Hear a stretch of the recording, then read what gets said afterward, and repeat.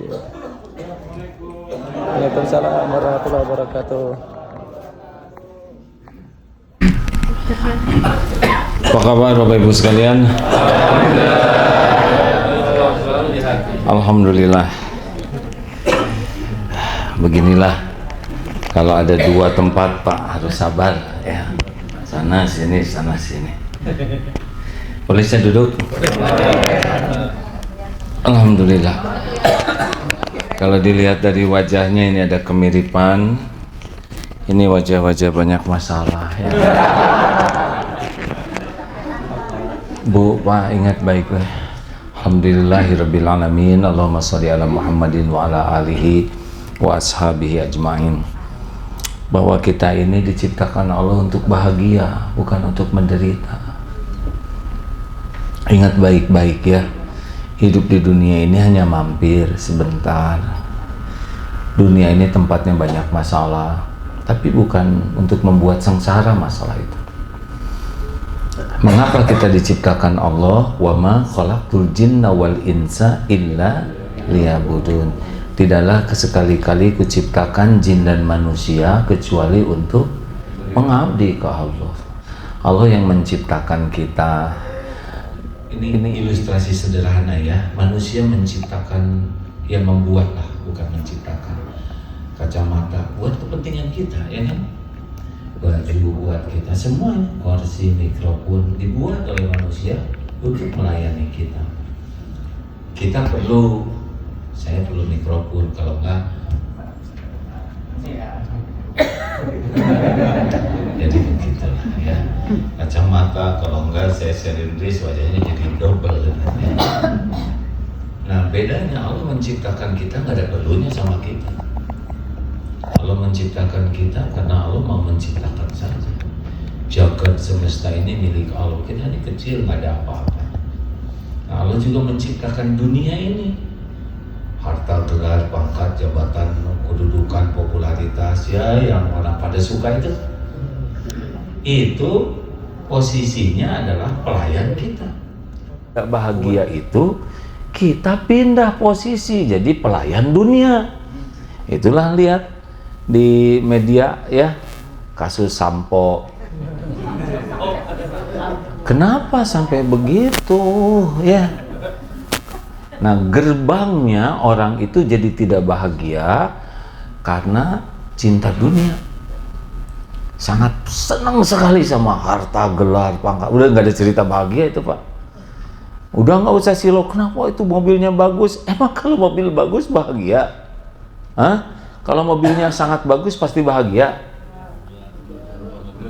Bukan belum tentu belum punya ya.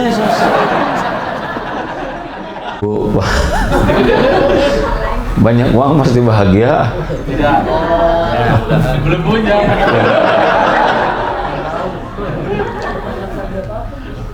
Jadi gini, bahagia itu, dengar ya, bahagia itu kita nggak usah ribet-ribet Pak.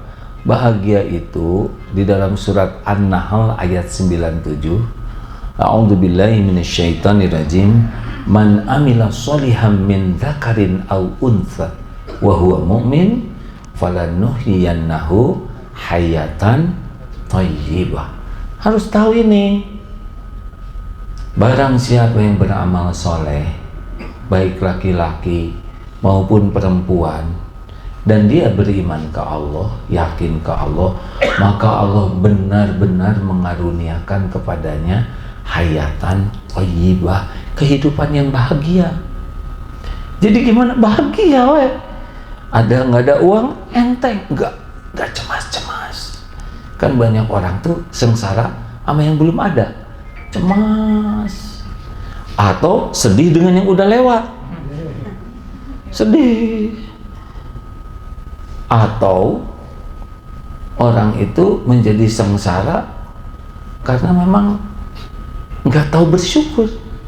Jadi walaupun udah punya, sibuk aja mikirin yang belum ada. Kayak yang punya iPhone 13 stres karena sekarang udah keluar iPhone 14 ya. Ada orang yang hidupnya tidak bisa bahagia itu. wah itu enak ya, oh, artis itu keren itu. Gak bisa. Kalau dia nggak taat ke Allah, nggak bisa bahagia. Oh itu koruptor banyak uang, pasti nggak bahagia. Karena bahagia itu tidak diberikan oleh Allah kepada ahli maksiat dan ahli dosa. Karena ayolah kita selingkuh, selingan indah keluarga utuh, nggak mungkin bahagia. Saya kan tempat curhat yang selingkuh ya. Aduh stres. Yang pintar aja banyak kebobolan bohongnya, apalagi yang belet ya.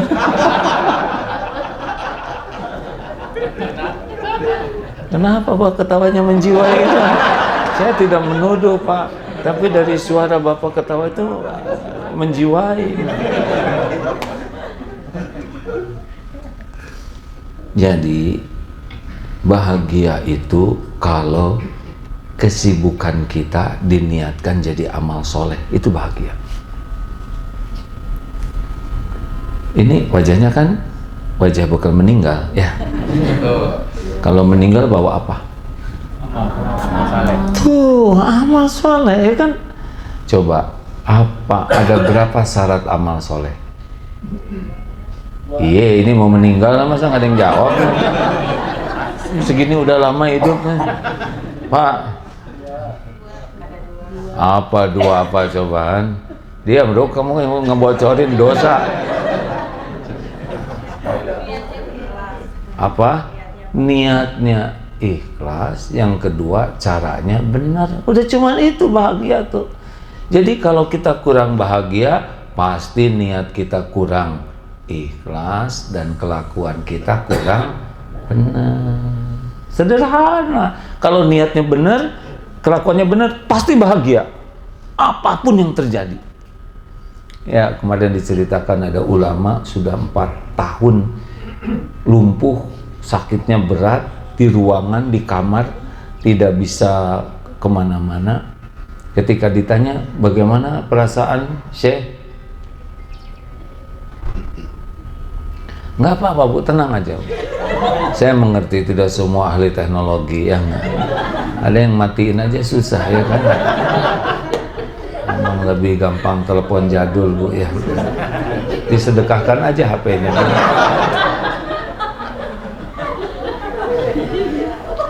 Ceramah tengah hari gini Pak, udah capek, baru makan, tadi malam kurang tidur, paling enak tidur sekarang nih Pak.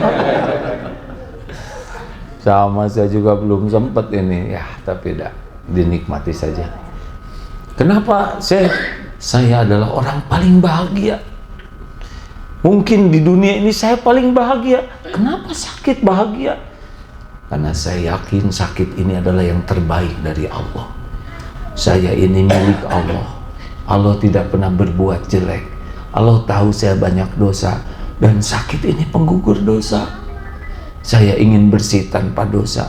Sakit ini bisa menambah pahala. Sakit ini bisa menghapuskan aib dan dosa saya.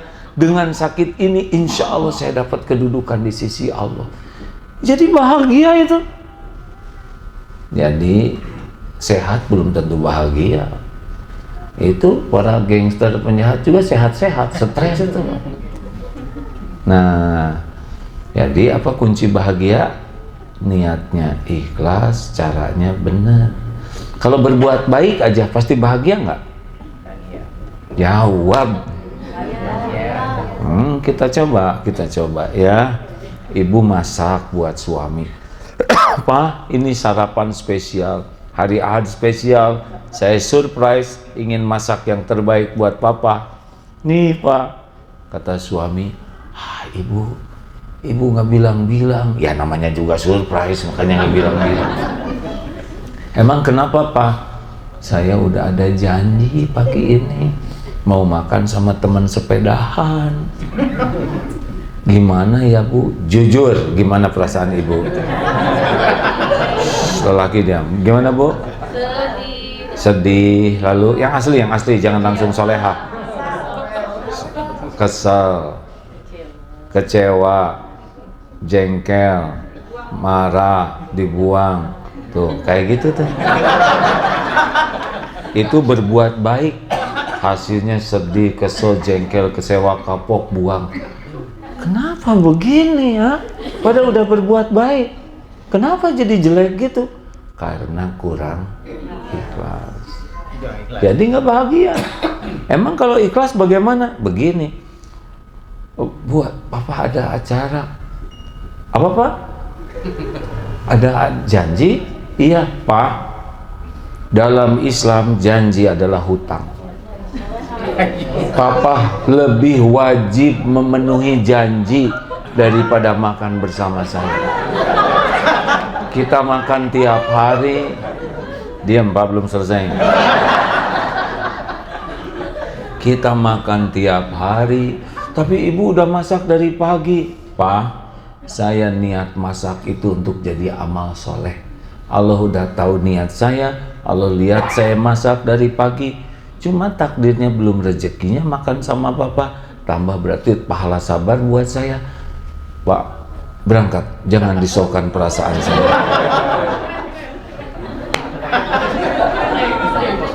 Gimana?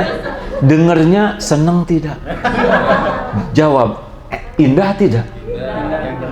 Bayangkan pak, ini ceramah ngarang barusan. Udah segitu indahnya, hanya cerita tentang ikhlas. Apalagi kalau kita ketemu orang ikhlas, jauh lebih mempesona. Apalagi kalau kita yang jadi orang ikhlas. Oh, merdeka hidup ini. Dengernya aja semua ternganga-nganga. Saya tahu pak apa yang bapak pikirkan ya. Istri saya mah udah itu udah nasib bapak. Saya mengerti bapak dari tadi itu menderita mendengar ini, karena ternyata jauh dengan fakta. Nggak ada masalah. Terima aja pak, terima aja pak. Habis mau yang mana lagi ya? Bu, ibu, ngerti nggak? Kenapa ibu kurang bahagia? Karena ibu lebih banyak berharap dari suami daripada berharap diterima oleh Allah sebagai amal soleh. Diam pak. Bapak jangan merasa puas. Jangan memanfaatkan ceramah saya untuk kepentingan pribadi pak. Ini belum dibalikin. Makanya bu, ibu pegang nasihat ini ya. Kalau ibu mau bahagia, kuncinya jangan terlalu cinta kepada suami. Cinta tapi biasa aja lah. Ya maaf ya bu ya, model-model ini maaf ya pak ya.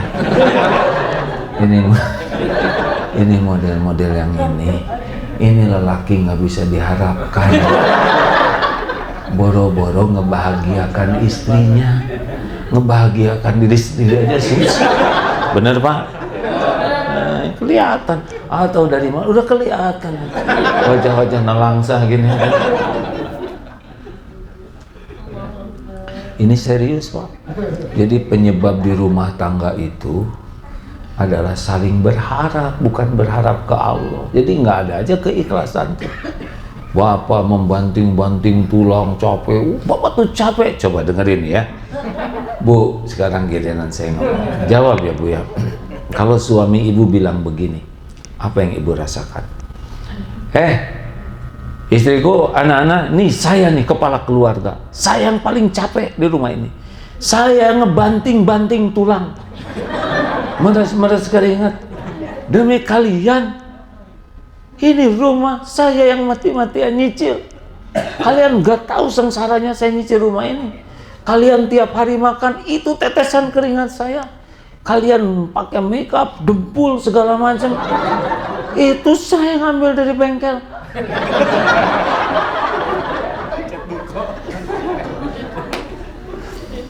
Kalian jalan-jalan ke sana sini, itu kendaraan siapa yang beliin? Bensin siapa yang sedia? Saya tahu.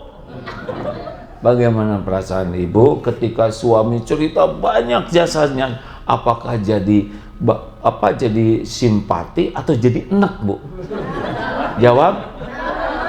Enak tuh pak. Semuanya ngejawab enak.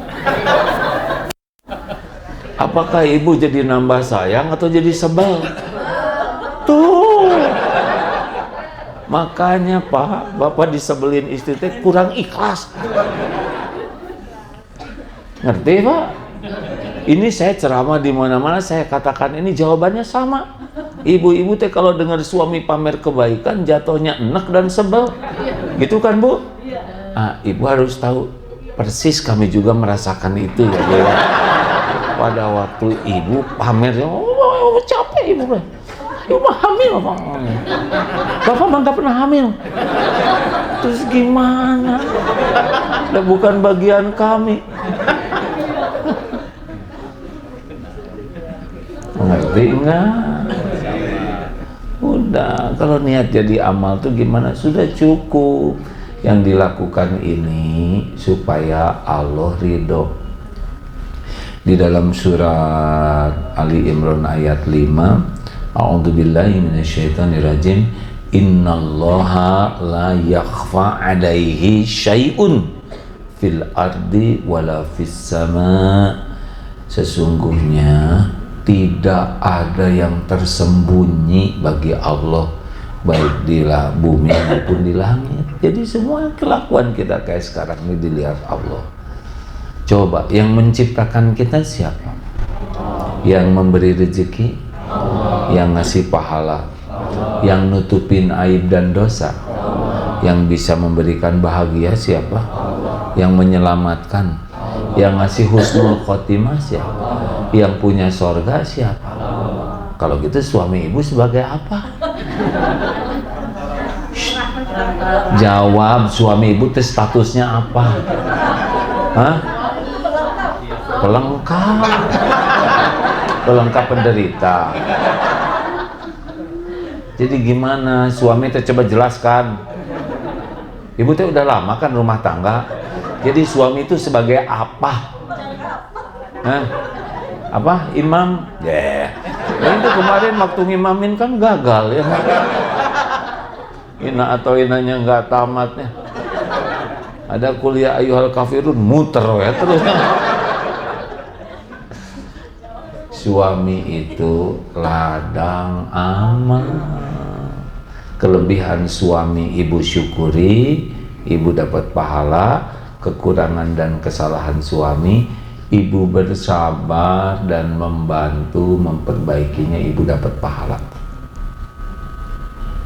Ibu, tapi gimana, saya tuh ingin suami saya tuh hafiz Quran, udah hafiz, akhlaknya baik, udah gitu dia rezekinya banyak, gimana ya? Nah kan kalau yang itu mah nggak mau sama ibu ya. Ibu harus nerima yang ada. Mau ketinggian keinginannya yang ada, boleh nggak minta supaya diganti? Ganti akhlaknya boleh, tapi kalau diganti suaminya jangan. Udah, karena apapun yang ada pada suami, ibu tetap beruntung kalau bisa menyikapinya dengan benar. Jelas? Nggak usah suka ngorek-ngorek aib suami, kesalahan nggak usah. Buka-buka HP suami jangan. Tahu kenapa? Pertama, ibu nggak tahu passwordnya. Yang kedua, dilarang dalam agama tuh buka-buka, menyelidik-nyelidik, itu mau apa? Coba yang buka-buka HP suami, pas udah buka jadi tambah tenang atau tambah galau? Jawab, tambah. Diam Pak, Bapak tahu saya juga. Kalau saya nanya ke ibu-ibu, Bapak diam. Jadi tambah tenang atau tambah galau? Urusannya jadi beres atau nambah ruwet? Makanya jangan. Dengar ya, lebih baik ibu tidak tahu kesalahan dosa suami, tapi suami jadi rubah, jadi baik, daripada tahu ibu jadi stres. Mendingan gak tahu. Di akhirat ini masing-masing. Jelas? Nggak usah nyelidik-nyelidik. Ini saya ada seorang teman di Malaysia, itu istrinya tuh nggak ribet, Bu. Seorang yang, wah, padahal pengusaha. Tahu nggak kenapa saya cinta ke istri saya? Istri saya tuh nggak ribet, nggak ada ruwet-ruwet. Bapak kemana? Nggak dicuri, nggak, sok aja Pak. Kita udah sama-sama tua, di akhirat tanggung masing-masing, ya nggak? Nggak, Bapak udah bukan kayak anak kecil, Bapak akan tanggung semua kelakuan Papa di akhirat. Saya cuma ngingetin itu aja. Lakukan aja apa yang Papa pikir. Nggak lama kok hidup ini. Suaminya kagum ke istri begini. Daripada Papa di mana? Coba kirim video call. Pasti sih Bapak ngedeketin saya, ya kan? Sebagai tameng. Ada itu bapak-bapak tuh sengaja kan, langsung foto udah itu pergi aja dia. Nggak usah repot gitu. Ada Allah, Bu. Tinggal doa aja. Kalau ibu curiga, cemburu, ambil air wudhu, pasrahkan. Ya Allah, Engkau tahu apa yang dilakukan suami saya dimanapun. Tidak ada yang tersembunyi bagimu. Engkau tahu hatinya. Titip ya Allah, jagakan. Hanya Engkau yang bisa membulak-balik hati. Mungkin tadinya mau ke diskotik, jadi masuk ke masjid ya. Jadi itikaf pada si Bapak. Nggak ada rencana ini. Oh, mudah bagi Allah. Kalau ngandelin Allah mah gampang, karena semuanya dikuasai Allah. Ibu sekarang nyewa Intel cap 2 cula, dibayar supaya nyelidiki suami, pasti laporannya baik terus. Sebab ibu ngasih 500.000, suami ngasih 2 juta. Kalah nyecepnya. Jangan dikasih tahu. Apa Pak? Udah Bapak juga Pak, udah susah lah kita ngedidik istri kalau nggak deket dengan Allah. Bapak ini nggak ada wibawa di rumah tuh kan, karena istri udah tahu modal Bapak ya. Mau nasihat setakar kebek apapun nggak cocok. Anak-anak nggak cocok Pak. Kita mah ada wibawa tuh sama orang yang baru kenal. Kalau orang rumah mah udah habis, nggak ngepek. Makanya ada yang di luar berwibawa, di rumah nggak sama sekali tuh Pak. Serius nih Pak. Karena rumah tuh orang-orang udah tahu modal kita. Jadi nasihat Bapak ke istri tuh nyaris nggak mempan. Sebab istri tahu nasihatnya juga nggak cocok buat diri Bapak sendiri. Diam, latagom, walakal jannah. Jangan marah-marah, masuk surga. Sambil marah Pak, nggak mempan. Jadi cara terbaik jadi lelaki mah banyak tobat. Ampun ya Allah, saya belum jadi contoh yang baik. Ampun, saya belum bisa mendidik istri dan anak-anak saya. Ampun, saya belum bisa sungguh-sungguh menjaga keluarga ini. Lihat anak main HP terus, astagfirullah, saya yang salah ya Allah. Terus anak terpegang HP ya, karena kitanya juga 2-3 HP-nya. Ibu juga, astagfirullah. Suami mah banyak tobat Pak. Yang nggak benar kita ngurus keluarganya, ya kan? Memang di kantor punya jabatan, itu kan karena ditutup aib aja. Kalau ibu kan mah nggak punya jabatan, Bapak di kantor juga, ya kan? Kenapa pada nunduk ini ya? Ibu ini merdeka, waduh ini ceramah terbaik dalam hidup. Dengar tuh Pak, belum selesai Bu. Pak, banyak sholat tepat waktu, jamaah di masjid.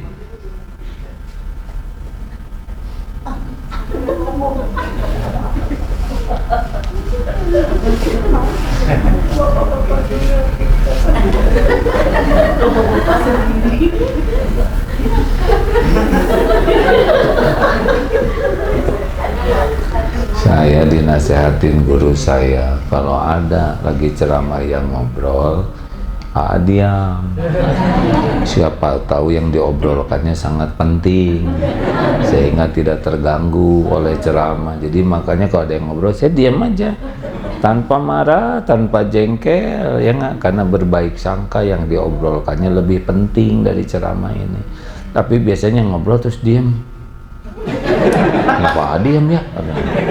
terus nyumput, itu standar ya. Enak, baik-baik aja, nggak usah pakai ngambek, betul ya? Akhirnya diam juga, betul? Pak, di rumah teh serius ke Allah. Jadi lelaki itu, kalau wanita dosanya dipikul sendiri, kalau kita mikul dosa kita dan juga mikul dosa istri kalau kita nggak benar ngedidiknya. Makanya banyak tobat, banyak minta ampun. Dan kalau istri bawel rewel gitu, ya udah nggak apa-apa, itu udah rezeki bapak ya. Caranya gimana menghadapi istri yang bawel? Kita yang diam.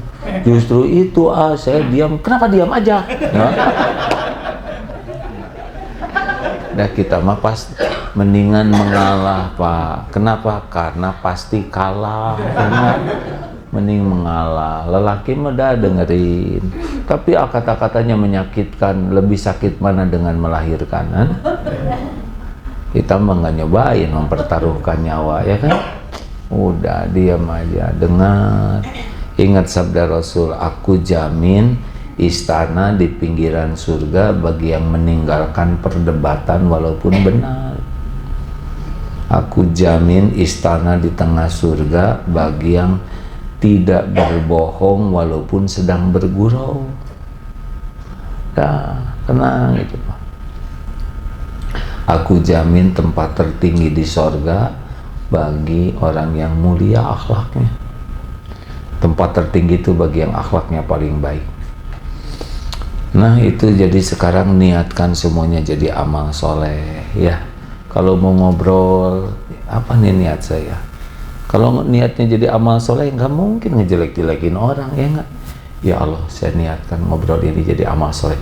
Bu, amit-amit tetangga itu, nggak mungkin. Orang yang bapak juga niat jadi amal soleh, dan belum tentu dihargai Pak oleh keluarga tuh Pak. Kita udah capek, udah segala, cuman segini orang tetangga ngebaik. Ya sudah. Penting mah Allah nerima, betul? Ngarep-ngarep dunia tenang, nggak bisa. Dunia kayak gini tempatnya. Nggak mungkin orang suka ke kita semuanya. Ya bener itu ada tetangga yang nyebelin, udah nggak apa-apa. Yang penting kita jangan sebel ke tetangga. Yang membuat kita menderita tuh kita sebel ke dia. Kalau dia sebel ke kita dan kitanya hare-hare, nggak ada masalah. Kenapa harus sakit hati, nggak ada kerjaan ya kan? Ya dia menghina. Dengerin Bu, Nabi aja yang mulia dihina. Masa kita yang hina asli nggak ada yang menghina ya? Hah? Aneh. Aneh kan? Bener gak sih? Dan penghinaan orang ke kita tuh cetek, nggak ada apa-apanya. Tuh si ibu itu tuh si banyak omong. Sakit hati jangan? Jangan, itu kan bukan penghinaan, itu penjelasan. Harusnya ibu bersyukur. Alhamdulillah saya disebut si banyak omong, berarti dia nggak tahu saya banyak hutang, banyak cicilan, banyak dosa, banyak aib, banyak kotombe, banyak rorombehan, banyak sekali yang kita tidak diketahui orang. Saya kan udah pernah nyoba Bu, dipuji rame-rame, kemudian dicaci maki rame-rame, lah yang nyacinya juga hadir sekarang di sini tobatnya. Bapak mah nggak ada mau berguru Pak.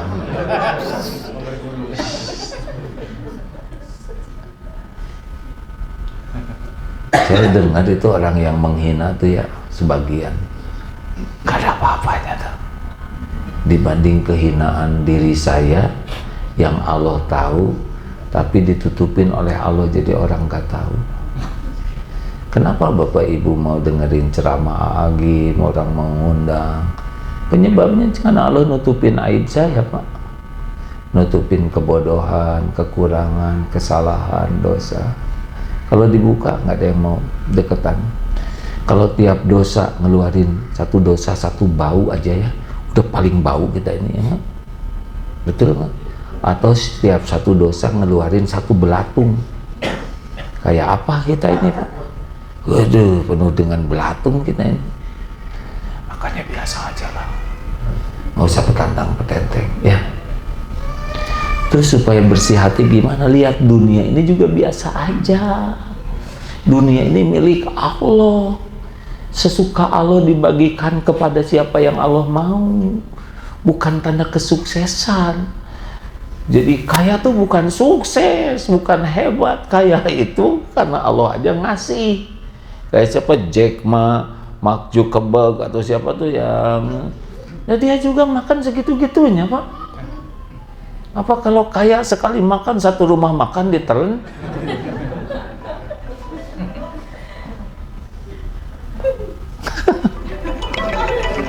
Saya jarang ada yang nelpon ini. Maaf, saya jawab sedikit ya. Ini nggak pernah bunyi kecuali emergensi. Apa? Maaf ya. Apa? Waalaikumsalam. Ana fil Makkah. أنت في المدينة؟ Naam. في مكة؟ Naam. Maaf ya. Ini yang ngobrolnya bahasa Arab. Jadi Ustaz, ana ma jama'alan insyaallah ya, ba'da dalik.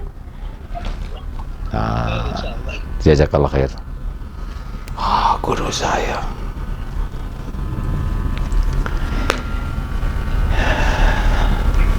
Tadi saya ngomong apa? Oh, dunia. Penyebab kita error tuh ini terlalu kagum sama dunia. Enggak Pak. Dunia ini kalau ada harga sesayap nyamuk saja bagi Allah, itu orang-orang kafir nggak akan dikasih minum. Walaupun seteguk. Saking nggak ada harganya dunia ini bagi Allah, maka orang-orang penjahat juga dikasih Pak. Gangster, penjahat, pembunuh, yakuza, mafia, kafirin, zolim, kasih aja. Dan gak akan dibawa kemana-mana dunia ini. Cuman ngaku-ngaku aja, benar? Betul tidak? Itu yang punya hotel itu juga belum tentu tidur di sana. Iya kan? Hah? Emang kalau punya rumah 3 sekali tidur pantat di Bandung ke kita? Lihat restoran segitu banyaknya makanan, enggak dimakan semua, benar? Ini kolesterol. Jadi nggak usah iri, jangan kagum. Alhamdulillah ya, guru-guru saya ngajarin dan nggak bisa kagum Pak. Ya punten ya, bukan merendahkan. Jadi mau lihat presiden, jenderal, menteri, biasa weh ya nggak?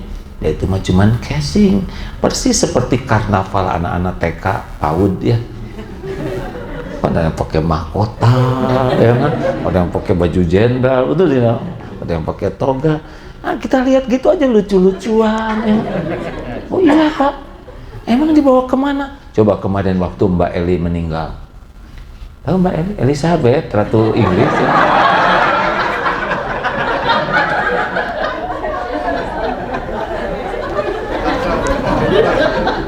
Itu sekarang diganti oleh Mas Charles ya kan.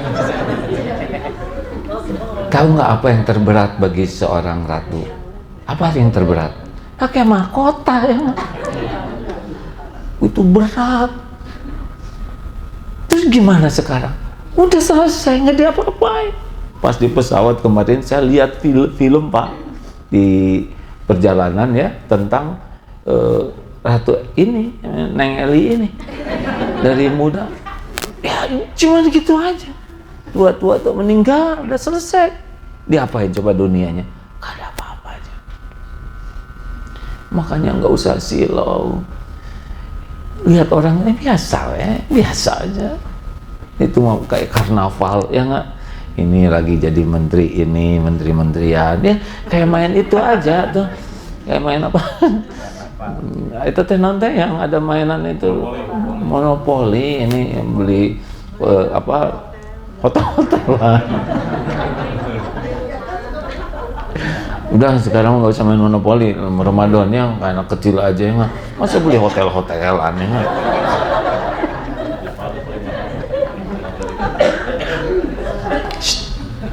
Biasa ya, kalau kita udah nggak kagum Pak, kita jadi nggak pengen seperti itu. Kita pengen karena kagum. Kalau mau kagum, kagum sama orang yang soleh, karena dia bahagia, bener?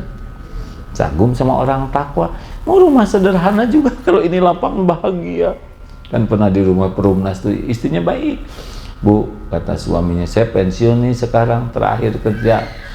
Maaf ya, ini Perumnas, rumah kita di komplek Perumnas ini cuma satu-satunya yang nggak dibangun, masih asli gini. Maaf ya Bu, saya nggak bisa memberikan yang lebih baik. Gak boleh ngomong gitu Pak. Alhamdulillah, ini Allah ngasih rumah. Berapa banyak yang nggak punya rumah? Alhamdulillah. Ya tapi rumah kecil gini gimana Pak? Sejujurnya saya bahagia dengan rumah ini. Pertama, saya jadi susah sombong. Nggak disombongin ya kan? Segede menel gini ya kan? Dua, tetangga nggak ada yang iri sama kita. Apa yang mau diiriin? Tiga, ngurusnya gampang Pak. Set. Ngepel juga ya, nggak ribet. Empat, rumah kita nggak pernah didatengin maling. Walaupun tidak dikunci, dibuka aja, gak mau masuk. Maling masuk paling prihatin. Yang kelima, kita bakal meninggal Pak. Insya Allah nanti kalau dihisab ya ringan. Piring cuman ada 4. Nggak ada yang berat-berat. Kan semua dihisab nanti di akhirat itu. Tenang Pak. Bahagia bukan dari ukuran rumah, dari hati. Dunia cuman mampir, pasti akan ditinggalkan. Makanya nanti tahun 2024 tenang ya, Pilpres tenang. Kenapa? Karena Bapak Ibu belum tentu hidup tahun 2024. Ya kan? Terus mau ngapain stres dari sekarang? Tiba-tiba meninggal. Makanya saya mau tenang. Gimana 2024? Ya berarti tahun sesudah 2023 ya. Ya tentang presiden, ayo tenang. Dan bukan saya calonnya. Kalaupun nanti mau milih, gampang. Cari yang paling takwa, yang paling bagus ibadahnya, kuat imannya, akhlaknya baik, dan punya kemampuan memimpin dengan baik. Kan harus ada suatu urusan serahkan ke ahlinya, ya kan? Ya. Udah gitu istiqoroh, udah gitu datang ke TPS, Bismillahirrahmanirrahim, capes, selesai. Mau jadi mau enggak ya terserah Allah weh, siapa yang ditakdirkannya enggak. Kenapa harus ribut? Hah? Tapi itu milih yang beda, ya tuh terserah dia, telunjuk celunuk dia, otak-otak dia, kenapa jadi ribut? Kita mikirin pilihan orang, benar tidak? Dan tidak usah bertengkar kayak dulu, ada kecebong, ada kampret. Sekarang sudah bersatu antara kampret dengan kecebong, namanya kecepret.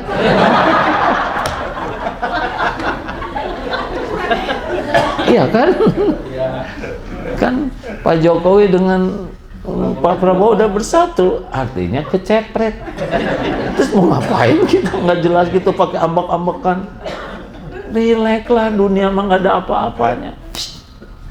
Tukang parkir banyak mobil nggak pernah sombong, ganti-ganti mobil nggak takabur, diambil sampai habis nggak sakit hati. Relax, dunia mah jangan nempel di hati, biasa aja. Belanja jangan dikali 4 terus, nggak jadi belanja.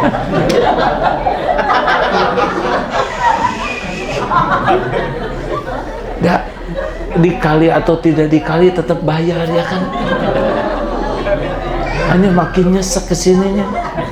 Salah sendiri, kenapa dikali 4? Kali 2 aja saran saya. Ya kan tetap harus bayar Pak. Benar nggak sih? Kalau dengan dikali 4 jadi gratis, sok kaliin.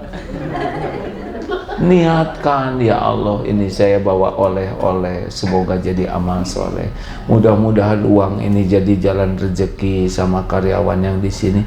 Udahlah, pasti nanti ada lagi rezekinya. Ya, jangan ribet hidup ini. Terus kalau udah beli nggak usah dibanding-bandingin harganya. Itu teh merusak kebahagiaan orang. Ada orang beli 12 real, ih rugi, saya di sini tuh dosa. Itu membuat orang tertekan, dipulangin lagi nggak bisa, jadi dongkol ya semalam suntuk. Itu teh apa-apaan. Nah, kenapa sih ibu ketawanya menjiwai baru ya ngobrol itu? Udah, nggak usah ribet. Dunia mah nggak usah ribet. Dunia mah nggak usah ribet, ada bagiannya masing-masing. Nggak usah ngebanding-banding. Jangankan seangkatan gini, seibu sebapak aja beda-beda kok takdirnya, bener? Udah ini, apalagi ini wajah-wajah nggak ngongkos kayak gini biasanya. Kenapa sih ketawa terus? Ya kan ya, sebagian besar nih, kita kan 12 bis nih Pak. Sebagian besar itu gak ngongkos. Ada yang diongkosin suaminya, diongkosin orang tua, ada yang diongkosin mertua, ada yang diongkosin istri, macam-macam. Allah yang ngongkosin ya. Udah, nggak usah dikali-kali, itu sudah ada, nggak ada beres. Dengerin ceramah ini ya. Jangan ribet masalah duniawi. Ada apa-apanya. Nggak worth it untuk jadi bahan ngobrol. Iya, nggak worth it, bener. Dunia ini nggak worth it lah buat bahan ribet. Udah pasti nggak ada kalau waktunya nggak ada. Ban mobil meletus, ya udah, berarti rezeki tukang tambal ban. Kenapa rewel banget? Ya kan? Tinggal tanya ada berapa bang bocornya, lubangnya? Ada 1 Pak. Tambahin dong. Ya. Kita kan biasa minta tambah ya kan? Gampangin aja lah. Ngelamar kerja nggak diterima, ya nggak apa-apa, memang bukan takdirnya di sana. Tinggal ngelamar lagi aja yang lain, betul tidak? Dunia nggak ada apa-apanya tuh bikin sakit hati. Itu yang nggak punya follower, nggak apa-apa. Udah mati-matian posting, pengen viral, tetep nggak viral. Udah tidur di kolong truk segala galanya. Dah, sok mau nanya apa cepetan pengen pulang nih. Ruk itu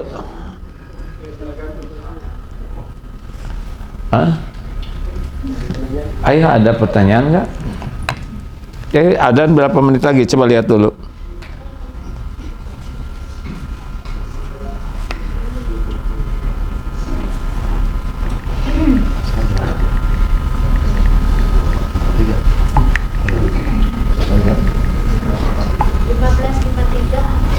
Berapa menit lagi?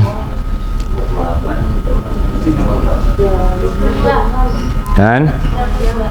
Nah gitu. Kalau ditanya berapa menit lagi, jawabannya adalah berapa menit. Kalau jam berapa?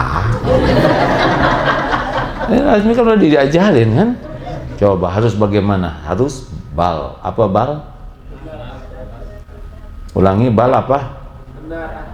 Benar, akurat, lengkap. Itu standar di pesantren. Jadi mau kemana? Ini mau ke sana. Gak jelas ke sana kemana. Tamunya kapan datang? Nanti. Ini nggak jelas, tidak diterima. Ya nggak? Ada berapa orang nanti tamu yang bakal datang? Lumayan. Gimana itu?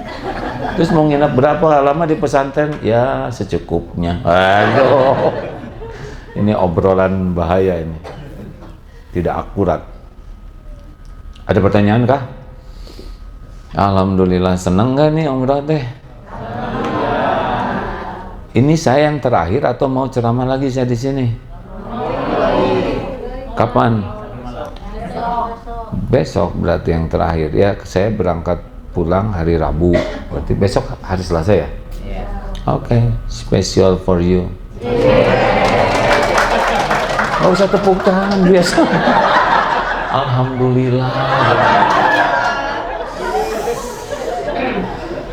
Berat ibu-ibu teh. Pasing sabar ya Pak ya.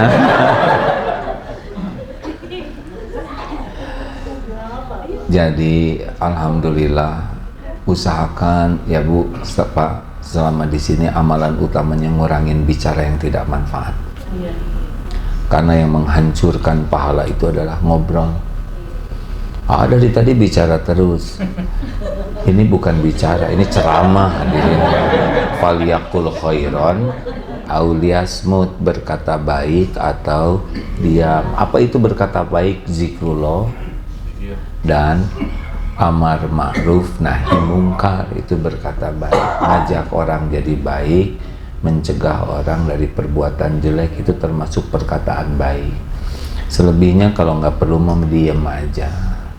Makin banyak ngomong, makin banyak tergelincir kata-kata, makin banyak tergelincir, makin tidak bahagia hidupnya. Jadi kalau ketemu orang yang banyak ngomong, itu ciri-ciri orang itu nggak bahagia.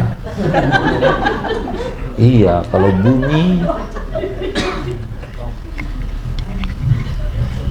Iya, bukan tiap banyak ngomong itu berpeluang tergelincir hati, tergelincir kata. Nah, dosa itu membuat tidak bahagia. Makanya kalau ada orang ngomel, banyakin itu, yakinlah walaupun punya dunia, dia satu yang tidak punya adalah ketenangan dalam jiwanya.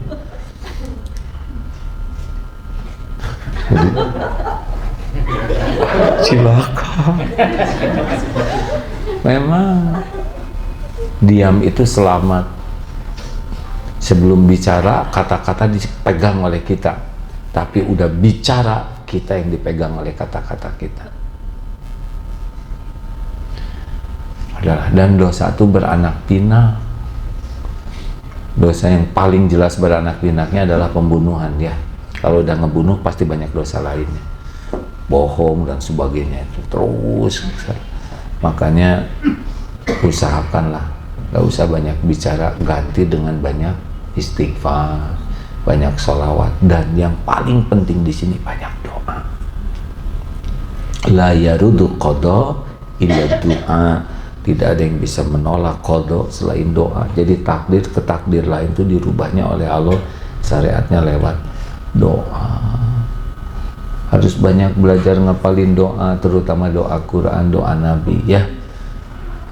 Jangan cuma doa standar. Ini yang paling apal apa coba? Allahumma bariklah. Saya boleh cerita, tapi ini cuma cerita. Enggak ceritakan jangan. Jadi katanya ada tempat angker, ada jinnya. Nah, orang-orang pada takut kalau ke sana, dan jin itu suka sekali nakut. Nggak ada arwah gentayangan ya. Arwah itu kalau orang baik nyaman dikubur, kalau orang jelek disiksa dikubur, udah jelas itu. Jadi yang suka gentayangan itu apa? Ya mungkin jin ya. Katanya ini daerahnya daerah genderuwo. Tapi ada yang pulang umroh ke sana, ternyata jinnya yang kabur. Kenapa? Karena pas datang ke sana, jin nakut-nakut. Dia Allahumma barik lana fima razaqtana. Oh, jin hafal doain. Hai, gua mau dimakan.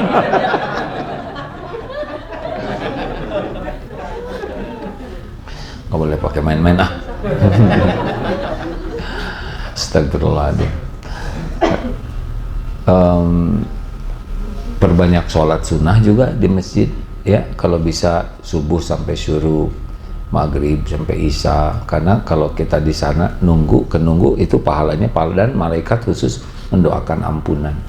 Jangan lepas ya, ba'da maghrib, ba'da subuh itu sebelum pindah tempat duduk, sebelum bicara yang lain, sesudah istighfar, usahakan la ilaha illallah wahdahu la syarikalah lahul mulku wa lahul hamdu wa huwa ala kulli syai'in qadir 10 kali.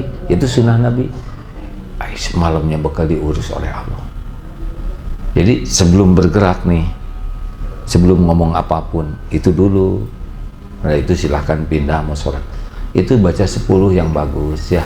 Nanti lihat malamnya tuh enak gitu, paginya baca, siangnya enak, nggak ribet sih. Kalau kita patuh dengan yang dicontohkan Rasulullah, diurus udah sampai. Kita ribet itu memperturutkan nafsu. Pokoknya orang-orang yang hidupnya nafsu. Itu rektor kenapa ditangkap? Nafsu, tamak, jadi korupsi. Profesor padahal ya. Kenapa ada kepala desa, kepala sekolah yang zina sama guru, ya kan, yang meninggal itu? Karena nafsu syahwat. Kenapa terjadi pembunuhan? Nafsu amarah. Kenapa kolesterol meningkat? Nafsu. Nafsu. Makin bisa mengendalikan nafsu. Ya, saya di Malaysia kurang bisa menahan nafsu. Di sana lihat makanannya, ya di kolesterol naik. Padahal kalau terlatih di sini kan makan sayuran terus ya, terus enak, seger. Tapi tadi ada itu nasi kambing, ya nggak kuat abdi langsung makan atorvastatin ya. Jadi semuanya juga gara-gara tidak bisa mengendalikan nafsu. Terima kasih kakek-kakek, nenek-nenek sekalian. Nanti doa panjang umur. Kita tutup dengan doa akhir majelis. Subhanakallah wa bihamdik, asyhadu alla ilaha illa anta, astaghfiruka wa atubu ilaik. Assalamualaikum warahmatullahi wabarakatuh.